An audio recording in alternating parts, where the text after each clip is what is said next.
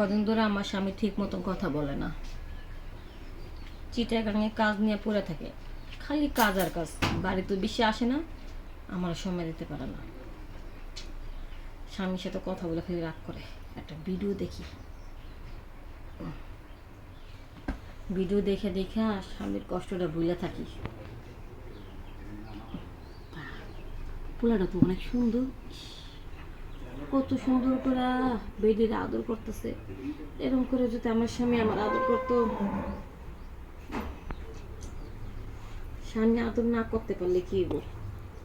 আমি তো শশারে আদর করতে পারি, আমার স্বামী কাছে নাই দেখা এই শশাটার আমি সঙ্গী বানা রাখছি।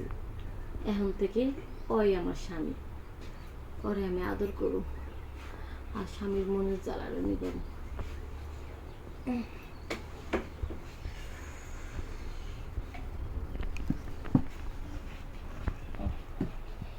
অনেক লম্বা, অনেক মোটা, এত মোটা, এত মোটাই তো আমার দরকার।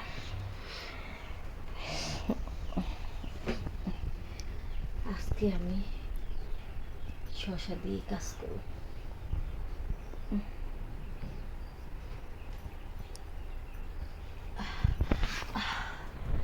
শান্তি আর শান্তি।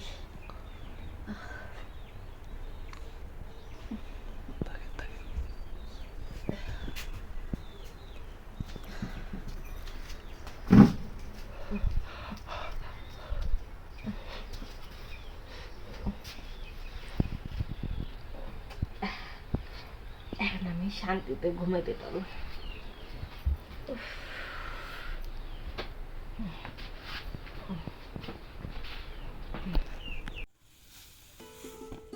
বেলা তো হয়ে গেছে গা, যাই বাজার তো হয়ে বাবা। ম্যাডাম রে জিগাই কি কি আনার লাগবো, জিজ্ঞেস করেছি ম্যাডাম রে। তো লাগে না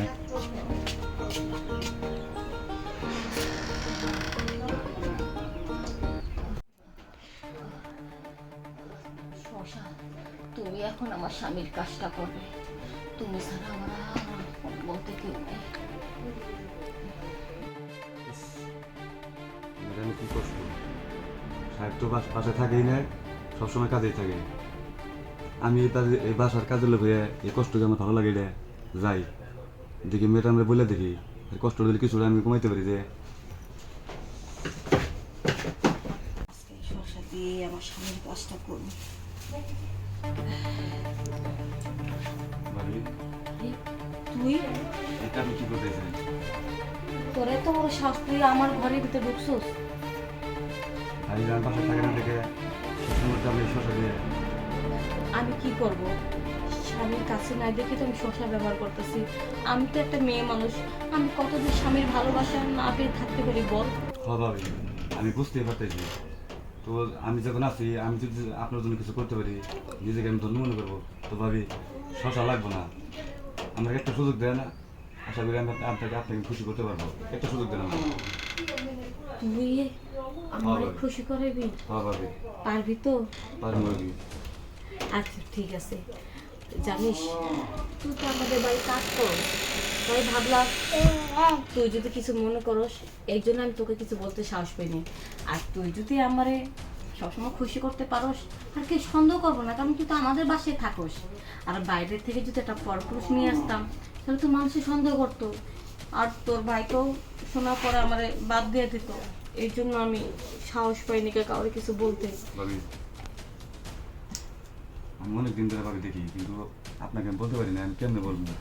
আমি এলো আপনার বাসার কাজের লোক, আমার মনটাই ঠিক চায়। আছে, এখন আর সময় নষ্ট করিস না, তাইলে আর ভাবি একটা কথা, আমি যেগুলো করতেছি কোনোদিন ভাই জানি না জানতে পারি না। তুই কি পাগল হয়েছিস নাকি? কেউ জানবো না, তুই আর আমি, আর কেউ জানবো না। হ্যাঁ ভাবি কারণ কেউ জানলে তো আমার সংসারটাই ভাঙবে, তাই না? আপনি আমার এভাবে যখন ডাকবেন তখনই বলবেন, কিন্তু প্লিজ ভাবি ভাই জানি না জানলে তোমার। কেউ জানবে না। আচ্ছা আচ্ছা। ভাবি ভয় ভয় লাগে। ভয় করিস না তো,